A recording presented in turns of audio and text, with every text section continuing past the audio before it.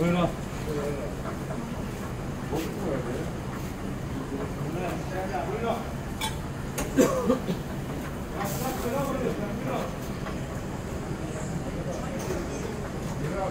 Buyurun.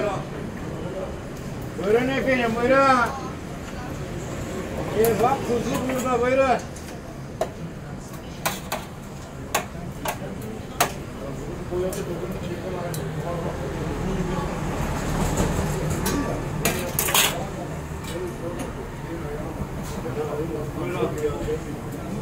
Pardon, oğlum.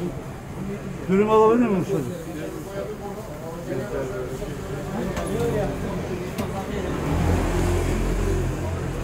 Ver olsun hocam.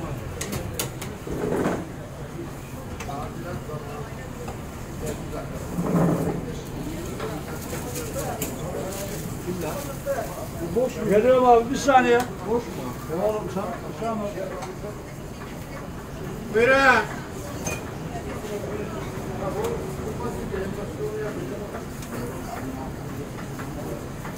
Buyurun.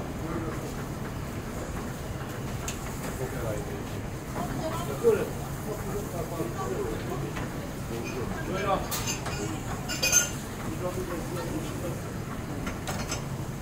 Buyurun.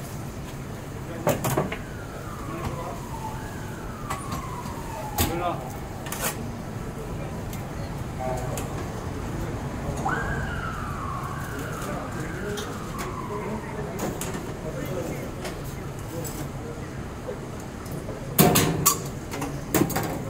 İyi günler.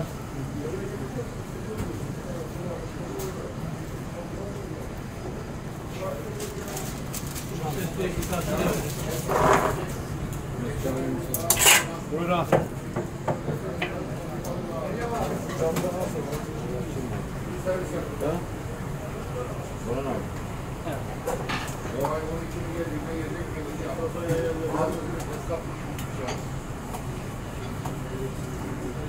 Show TV'ye çıkıyor değil mi abi? YouTube.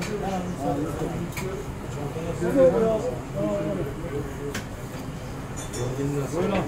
Ben de çektim.